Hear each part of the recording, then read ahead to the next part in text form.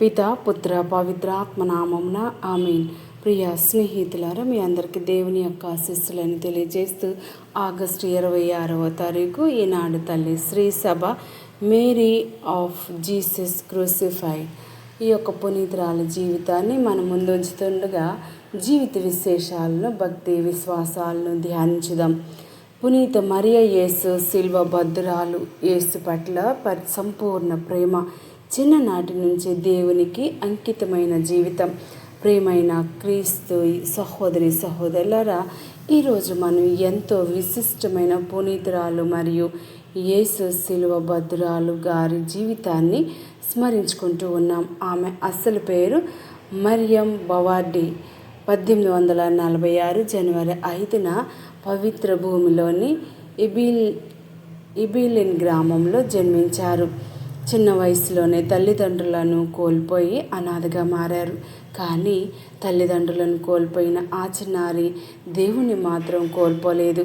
ఆమె హృదయంలో ఒకే కోరిక పెరిగింది: యేసు నాదే, నేను యేసు దానిని. యేసును ప్రేమించడమే ఆమె జీవిత లక్ష్యం. ఆమె జీవితాన్ని ఒక మాటలో చెప్పాలంటే, యేసు పట్ల ప్రేమ ఆమెకు. యేసు కేవలం ప్రార్థనలో పలికే పేరు కాదు. యేసే ఆమె జీవితం. ప్రపంచం ఇచ్చే గౌరవం, సుఖం, సంపద కంటే క్రీస్తుతో ఉండటాన్నే ఆమె గొప్ప సంపదగా భావించింది. అనేక కష్టాలు వచ్చినా ఆమె విశ్వాసాన్ని విడిచిపెట్టలేదు. తరువాత కార్మెలైట్ సన్యాసిగా మారి తన జీవితాన్ని పూర్తిగా ప్రార్థనకు మరియు దేవుని సేవకు అర్పించింది. 1867లో పావులోని డిస్కాల్డేట్ కార్మెలైట్లో సమాజంలో ప్రవేశించి తరువాత భారతదేశంలోని మంగళూరు కూడా పంపబడింది. ఆమె చారిటిజం. పునీత మరియ గారి ప్రత్యేక ఆధ్యాత్మిక సేవలో పవిత్రాత్మకు సంపూర్ణ విధేయత ఒక ప్రధాన అంశం. ఆమెకు ఎంతో ప్రియమైన ప్రార్థనలో పవిత్రాత్మ సర్వేశ్వరుని యొక్క ప్రేమ, దేవుని ప్రేమ అని ప్రార్థించేది. అంటే పవిత్రాత్మ నన్ను నడిపించు, దేవుని ప్రేమ నన్ను పూర్తిగా ఆక్రమించునుగాక అనే తపన. ఇది ఆమె జీవితంలో నేర్చుకున్నటువంటి గొప్ప ప్రార్థన. ఇది మనకు గొప్ప పాఠం. మనం ప్రతిరోజు ప్రభువా, నా ఇష్టం కాదు నీ ఇష్టమే జరగాలి అని చెప్పగలిగితే మన జీవితం మారుతూ ఉంది. ఆమె జీవితంలో తీవ్రమైన ప్రశ్నలు, శారీరక మరియు ఆధ్యాత్మిక బాధలు వచ్చాయి. ఒక సందర్భంలో ఆమె విశ్వాసాన్ని విడిచిపెట్టమని ఒత్తిడి ఎదుర్కొంది. ఆమె నిరాకరించిన తర్వాత తీవ్రంగా గాయపడింది మరియు మరణించిందని భావించబడింది. తరువాత ఆమె రక్షించబడింది. ఆ అనుభవం ఆమె జీవితంలో సిలువను మరింత లోతుగా చేసింది. అందుకే ఆమె పేరు మేరీ ఆఫ్ జీసస్ క్రూసిఫైడ్. యేసు శిలువ బద్ధురాలు మరియ. ఆమెకు శిలువ అంటే శాపం కాదు, యేసుతో ప్రేమలో ఏకమయ్యే మార్గం. మన జీవితంలో బాధ వచ్చినప్పుడు దేవుడు నన్ను ఎందుకు ఇలా చేస్తూ ఉన్నాడు అని మాత్రమే కాకుండా, యేసయ్య, ఈ బాధలో నీవు నాతో ఏం చేయాలనుకుంటున్నావు అని అడగటం ఆమె నుంచి నేర్చుకోవాలి.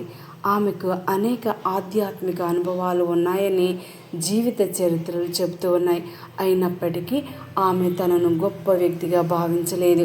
ఆమె జీవితంలో సరళత, వినయం, విధేయత అంటే ముఖ్యమైనవి. ఆమె ఎల్లప్పుడూ కూడా ప్రభువుని అంటిపెట్టుకొని జీవించింది. ఆమె జీవితంలో కష్టాలు, బాధలు వచ్చినప్పటికీ దేవుని మాత్రం విడిచిపెట్టలేదు. మరి అటువంటి జీవితాన్ని జీవించిన ఆమెకు అనేక ఆధ్యాత్మిక అనుభవాలు ఉన్నాయని ఆమె చరిత్ర చెబుతూ ఉంది. ప్రియమైన స్నేహితులారా, మరి పవిత్ర భూమిలో జన్మించిన ఆమె జీవితం నేడు కూడా శాంతికి గొప్ప సాక్ష్యం. తూర్పు క్రైస్తవ సాంప్రదాయం మరియు కార్మెలైట్ ఆధ్యాత్మికతతో ముడిపడిన ఆమె జీవితం వివిధ ప్రజల మధ్య ప్రేమ, క్షమ, శాంతి అవసరాన్ని గుర్తు చేస్తుంది. ఆమెను పవిత్ర భూమికి ఆశ మరియు శాంతికి సాక్షిగా కూడా స్మరిస్తూ ఉన్నారు. ఈరోజు ప్రపంచంలో కుటుంబాల్లో విభేదాలు, సమాజంలో ద్వేషం, దేశాల్లో యుద్ధాలు ఉన్నప్పుడు ఆమె జీవితం మనకు చెబుతుంది: ద్వేషంతో సమాధానం ఇవ్వకండి, ప్రేమతో జయించండి. యేసును నిజంగా ప్రేమించే హృదయం, ఇతరులను క్షమించే హృదయం. 1875లో బెత్లెహేంలో కార్మెలైట్ ఆశ్రమ స్థాపనలో ఆమె పాల్గొన్నారు. అక్కడే తన చివరి సంవత్సరాలను గడిపారు. 1878లో ఆశ్రమంలో పనిచేస్తూ ఉండగా పడిపోవడం వల్ల తీవ్రమైన గాయం ఏర్పడింది. తర్వాత అనారోగ్యం క్షీణించింది. 1878 ఆగస్టు 26న కేవలం 32 సంవత్సరాల వయసులో బెత్లెహేంలో మరణించారు. ఒక కార్మెలైట్ మూలం ఆమెకు ఏర్పడిన క్యాన్సర్ కారణంగా మరణించారని పేర్కొంటూ ఉంది. ఆమె జీవితం చిన్నదే, కేవలం 32 సంవత్సరాలే. కానీ దేవుని చేతిలో సమర్పించబడిన 32 సంవత్సరాలు శతాబ్దాల సాక్ష్యంగా మారాయి. 1983లో ఆమెను పోప్ జాన్ పాల్ II ధన్యురాలిగా ప్రకటించారు. 2015వ సంవత్సరంలో మే 17వ తేదీన పోప్ ఫ్రాన్సిస్ ఆమెను పునీతురాలిగా ప్రకటించారు. మనకు ఆమె ఇచ్చే గొప్ప సందేశం, ప్రియమైన వాళ్ళరా, ఈరోజు పునీత మరియ యేసు శిలువ బద్దురాలు మనలను ఒక ప్రశ్న అడుగుతూ ఉన్నట్లుంది. మీ హృదయంలో యేసుకు మొదటి స్థానం ఉందా? ఆమె మనకు చెప్తుంది, బాధ వచ్చినా యేసును విడవకు, ప్రార్థనలో ఎండిపోయినట్లు అనిపించిన యేసును విడవకు, మనుషులు నిన్ను అర్థం చేసుకోకపోయినా యేసును విడవకు, ప్రపంచం నిన్ను తిరస్కరించిన యేసును విడవకు. ఎందుకంటే చివరికి మన దగ్గర మిగిలేది ప్రపంచం ఇచ్చిన పేరు కాదు, సంపద కాదు, గౌరవం కాదు, యేసుతో ఉన్న మన సంబంధమే. మన జీవితంలో కూడా పునీత మరియ గారి ఆత్మీయత ఉండాలి.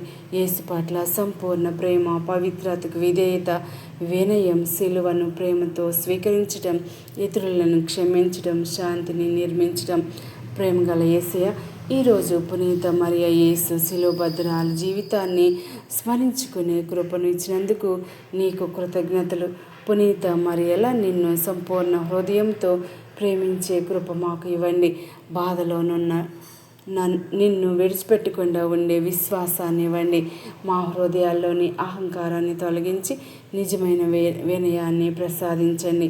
పవిత్రాత్మ మమ్మల్ని నడిపించండి. దేవుని ప్రేమతో మమ్మల్ని నింపండి. యేసు ప్రేమలో మమ్మల్ని దహింపచేయండి. మా కుటుంబాల్లో శాంతి సమాధానాలు ప్రసాదించండి. విభేదించిన హృదయాలను కలపండి. బాధపడుతున్న వారికి ఓదార్పు ఇవ్వండి. అనారోగ్యంతో ఉన్న వారికి బలం ఇవ్వండి. నిరాశలో ఉన్న వారికి ఆశను ఇవ్వండి. పునీత మరియ యేసు శిలువ బద్దురాలి మధ్యవర్తిత్వ ద్వారా మేము కూడా ఈరోజు ఇలా చెప్పగలిగే కృపను మాకు దయచేయండి. యేసయ్య, నీవే నా ప్రేమ, నీవే నా జీవితం, నీవే నా సమస్తం. మా జీవితం అంతా నీకు అర్పణగా మారునుగాక. మా మరణ క్షణంలో కూడా నీ నామమే మా పెదవులపై ఉండునుగాక. యేసు శిలువ బద్దురాలు పునీత మరియమ్మ మా కొరకు ప్రార్థించండి. పవిత్రాత్మ మమ్మల్ని నడిపించండి.